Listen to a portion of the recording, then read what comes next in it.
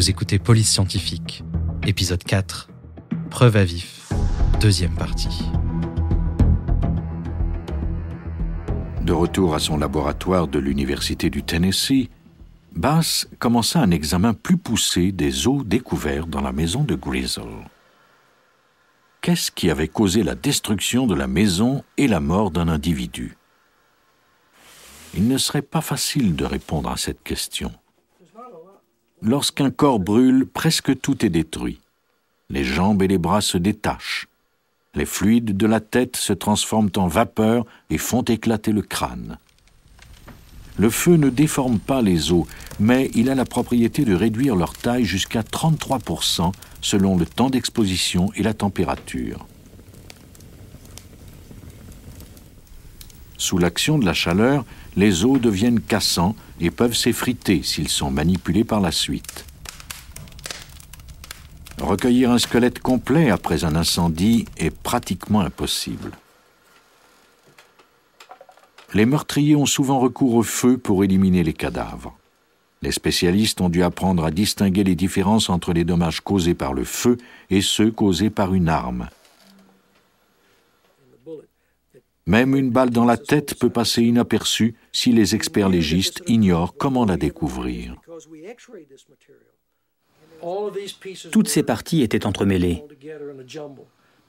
Nous les avons radiographiées et nous avons constaté qu'il y avait de petits éclats de plomb sur les os, ce qui nous indiquait que l'individu avait été atteint par un projectile. William Bass, anthropologue légiste de l'État. Ensuite, nous avons voulu déterminer où s'était logé ce projectile. Nous avons fait la reconstitution du crâne et nous avons ainsi découvert le lieu d'entrée du projectile.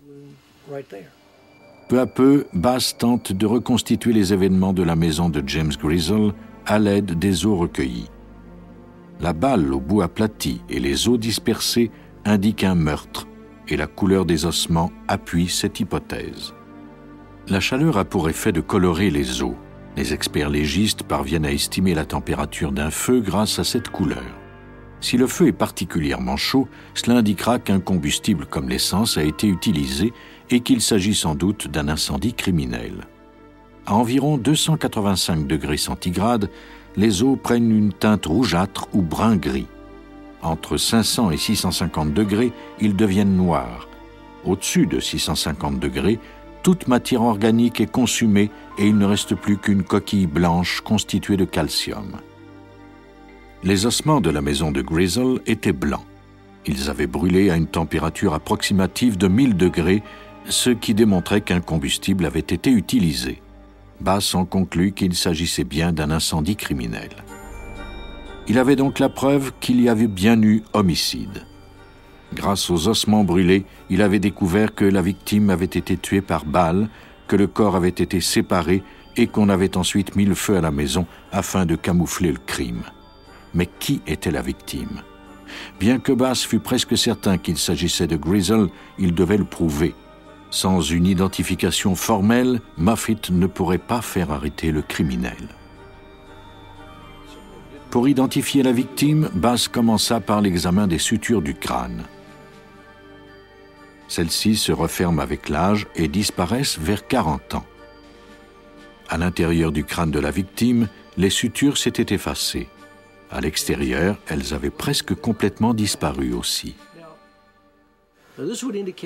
Ceci nous indiquait que le sujet était au moins dans la trentaine. William Bass, anthropologue légiste de l'État. On peut également déterminer l'âge d'une autre façon, en examinant les articulations entre les os. À mesure que l'on vieillit, l'organisme fabrique de plus en plus de matière osseuse autour des articulations. La matière osseuse des os de l'incendie confirmait qu'il s'agissait d'une personne d'environ 35 ans. James Grizzle était âgé de 38 ans. Bass examina ensuite l'os occipital, c'est-à-dire la protubérance située à l'arrière de la boîte crânienne. Cet os est plus gros chez l'homme que chez la femme. Bass conclut que la victime était un homme. C'est un des meilleurs cas que j'ai observés. Ceci est un cas classique, tel qu'on pourrait le voir dans un manuel d'anatomie. On peut vraiment voir que l'individu est un homme. Cette partie, à elle seule, nous permet de déterminer non seulement le sexe, mais aussi l'âge. À partir des fragments recueillis, Bass avait pu déterminer que la victime était un homme blanc dans la trentaine avancée. Cette description correspondait à celle de James Grizzle, mais elle n'était pas encore assez précise pour être présentée devant les tribunaux. Bass concentra alors ses efforts sur l'analyse du dossier dentaire de Grizzle. Nous avons découvert ce plombage. Nous savions que la victime avait consulté un dentiste. Nous avons alors demandé à la police d'obtenir le dossier dentaire de Grizzle auprès de sa famille. Bass compara une dent découverte dans les décombres aux dents du dossier de Grizzle. La structure et la forme de l'une d'entre elles étaient identiques. Le squelette était bien le sien. L'analyse dentaire avait permis à Bass de faire une identification rapide et facile. Il était cependant primordial qu'il commence par l'identification de la victime à partir des ossements, sinon il n'aurait pu savoir s'il y avait plus d'une victime sous les décombres. Si les os et les dents fournissaient les mêmes informations, Bass serait sûr qu'il n'y avait qu'une victime et que cette personne était bien James Grizzle. Cette information permit au détective Moffitt de faire accuser Leon Williams. On découvrit ensuite que ce dernier avait volé la camionnette de Grizzle et qu'il avait émis de faux chèques. Confronté à ces preuves, Leon Williams passa aux aveux et confirma les découvertes de Bass.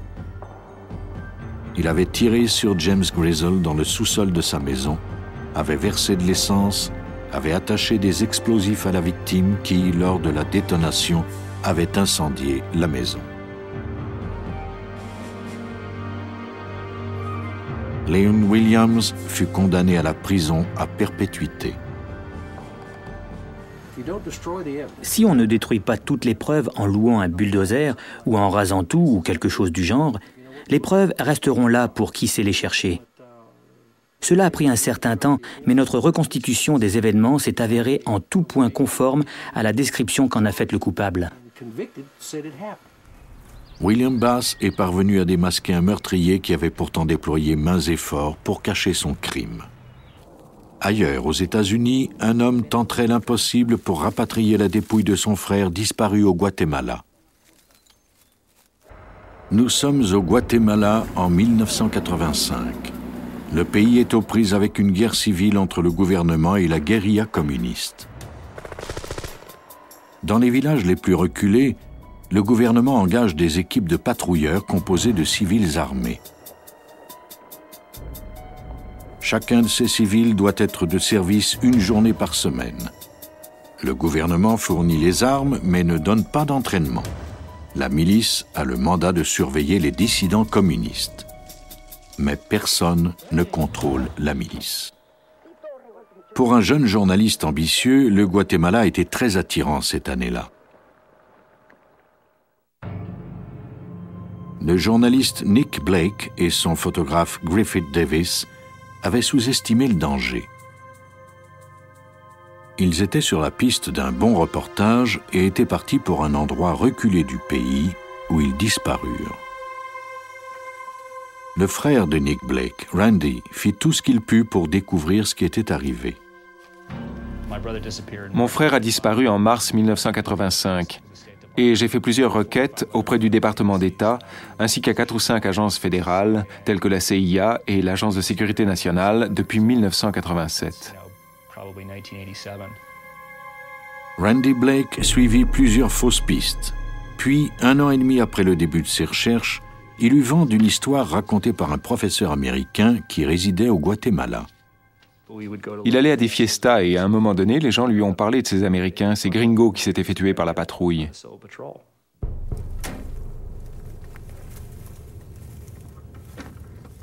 Le professeur avait conclu qu'il s'agissait des journalistes.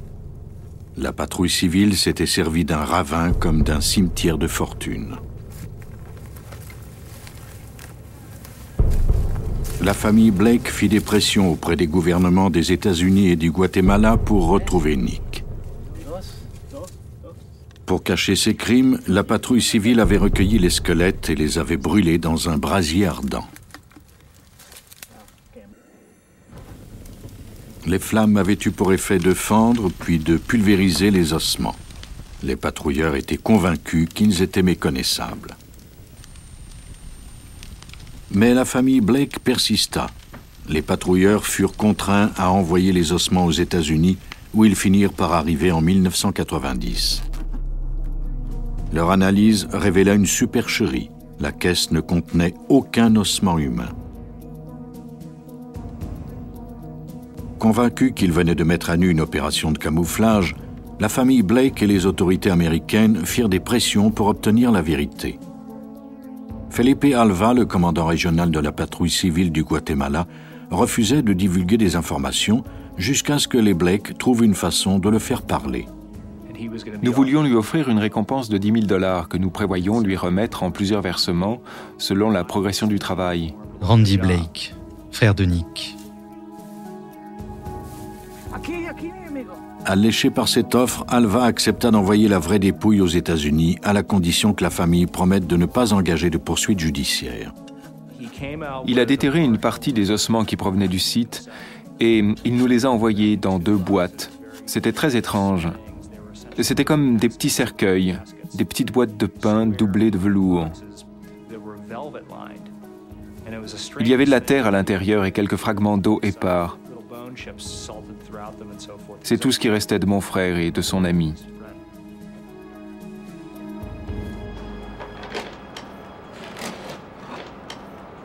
Le triste retour au pays eut lieu sans cérémonie au quai de débarquement derrière le Smithsonian Institute à Washington.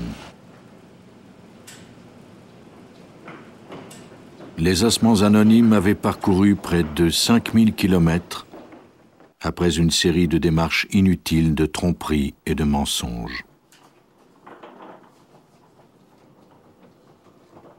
Mais il restait des analyses à faire avant que la famille Blake ne puisse faire enterrer Nick et mettre un terme à cette triste histoire. Cette fois-ci, il devait s'assurer que les os reçus étaient bien ceux de Nick et de Griffith. La délicate tâche d'identifier les ossements fut confiée à l'anthropologue légiste Douglas Owsley. Lorsque les caisses arrivèrent, elles furent d'abord radiographiées car on voulait s'assurer que rien n'avait été endommagé pendant le voyage. Leur contenu n'avait rien d'étonnant. Il s'agissait surtout de terre, de cendres, de racines et de fragments d'eau.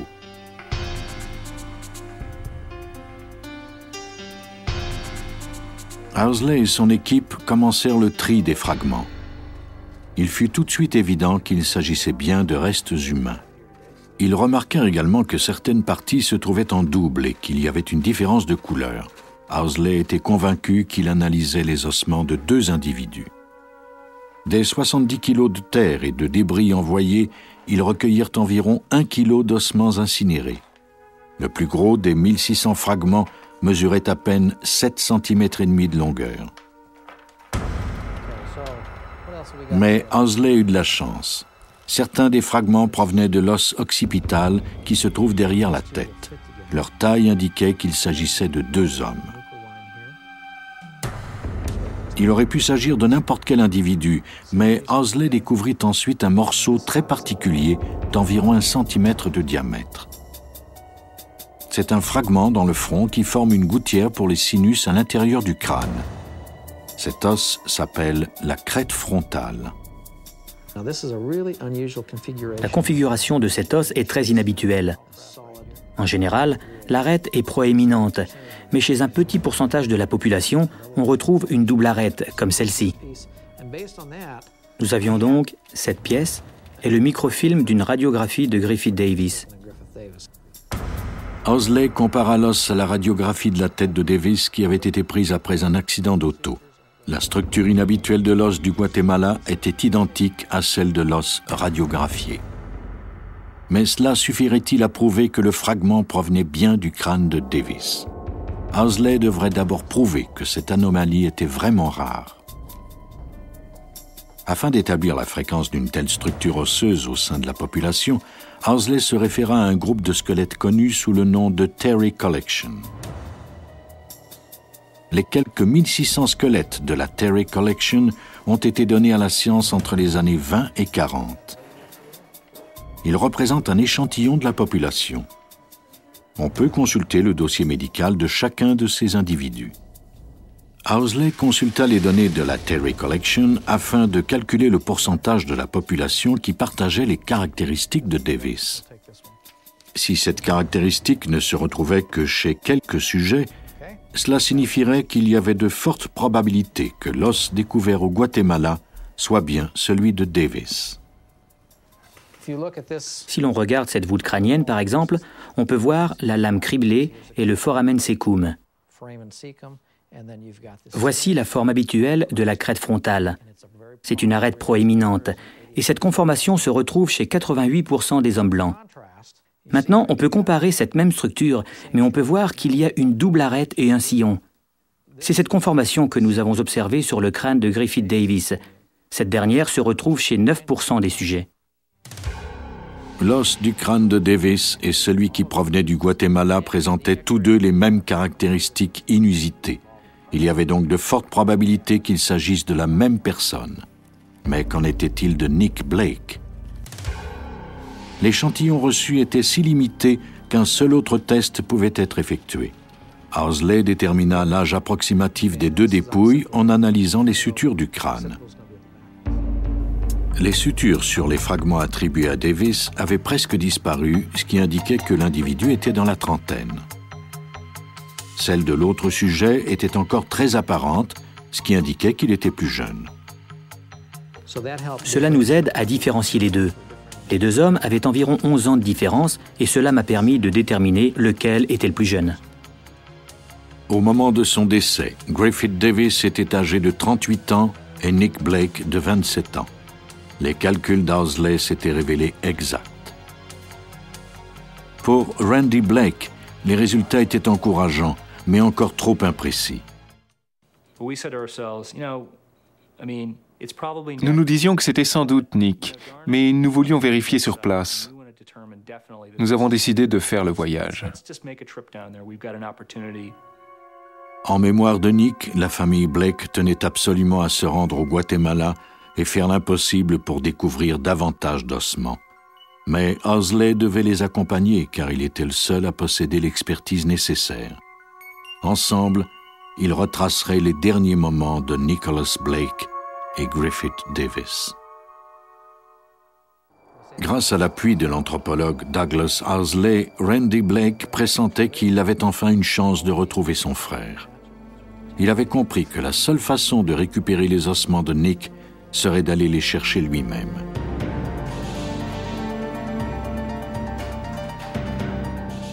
Au mois de juin 1992, Owsley, Randy et Sam Blake partirent pour le Guatemala.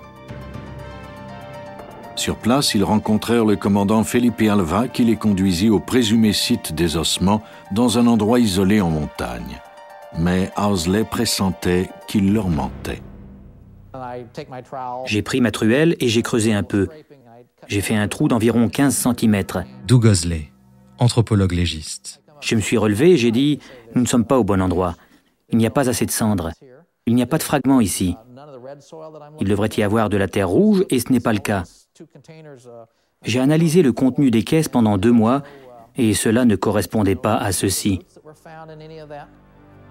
L'assistant d'Alva, d'un air embarrassé, glissa alors la main sous un tronc d'arbre et en sortit un sac de plastique vert qui contenait une poignée de fragments d'os humains et un peu de terre. Ces 200 grammes de terre étaient de la bonne couleur et il y avait du charbon et des fragments dedans. Ça provenait du bon site, mais il m'a dit qu'il les avait trouvés là. L'assistant leur dit que c'étaient les seuls ossements qui leur restaient. Les 3 Américains exigèrent qu'on leur montre d'où ils provenaient. Nous sommes retournés à notre petit hôtel de Naba et nous avons littéralement harcelé Felipe pendant 3 heures ce soir-là. Randy Blake, frère de Nick. Il y avait un colonel guatémaltèque, l'attaché à la défense de l'ambassade des États-Unis, un colonel de l'armée américaine et quelques autres personnes. Nous l'avons accusé de nous avoir menti. Sous la contrainte, Felipe Alva accepta finalement de conduire l'équipe au vrai site où se trouvaient les ossements.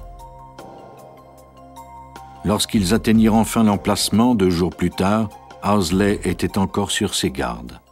On pouvait voir la ligne de démarcation où la terre avait été enlevée. Nous avons examiné le secteur et nous avons découvert plein de choses, notamment des fragments de métal provenant de lunettes rondes. C'est un des premiers objets que nous avons découverts. Un des frères de la victime nous a dit que cela ressemblait à ses lunettes. Nous savions donc que nous étions au bon endroit. Encouragée par leur découverte, l'équipe recueillit tout ce qu'elle pouvait et rentra aux États-Unis. C'était un travail tout désigné pour Douglas Housley. C'était parfait. Nous avons été vraiment chanceux de l'avoir avec nous. Il était évident qu'on avait encore cherché à nous duper. Mais grâce à Housley, nous les avons démasqués et cela nous a permis de découvrir enfin la vérité.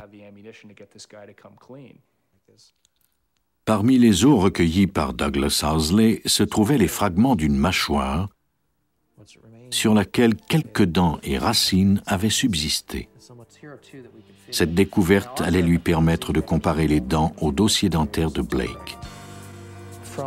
Son dossier indiquait qu'il avait une molaire incluse. 3 molaires étaient placées dans un certain angle et la 3e exerçait une pression sur la seconde, ce qui avait empêché son éruption.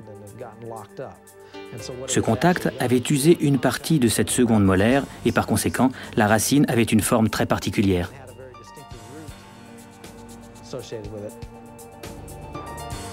Grâce à la forme des dents et des racines, Housley put enfin identifier formellement Nick Blake. Pour sa famille, c'était la fin d'une terrible épreuve. Ils pouvaient faire leur deuil de Nick et lui rendre à présent un dernier hommage. Pour nous, il était essentiel de rapatrier sa dépouille et de l'enterrer dans un cimetière où il aurait sa pierre tombale. Et c'est ce que nous avons fait. Malheureusement, il n'y avait pas assez de fragments pour démontrer que Blake et Davis avaient été tués par balle. Pour leur famille, cependant, cela n'avait plus d'importance. Leur dépouille était enfin revenue chez elles. Cela suffisait.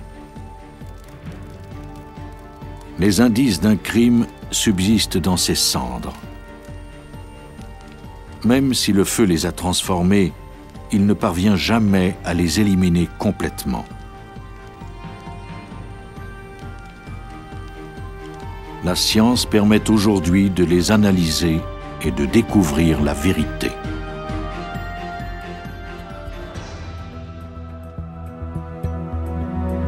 Vous venez d'écouter Police Scientifique. Si vous avez aimé ce podcast, vous pouvez vous abonner sur votre plateforme de podcast préférée et suivre Initial Studio sur les réseaux sociaux. Police Scientifique est un podcast coproduit par Initial Studio et New Dominion Pictures, adapté de la série documentaire audiovisuelle New Detectives, produite par New Dominion Pictures. Cet épisode a été écrit par Steven Zorn. Il a été réalisé par Stacy Foyles. Production exécutive du podcast, Initial Studio.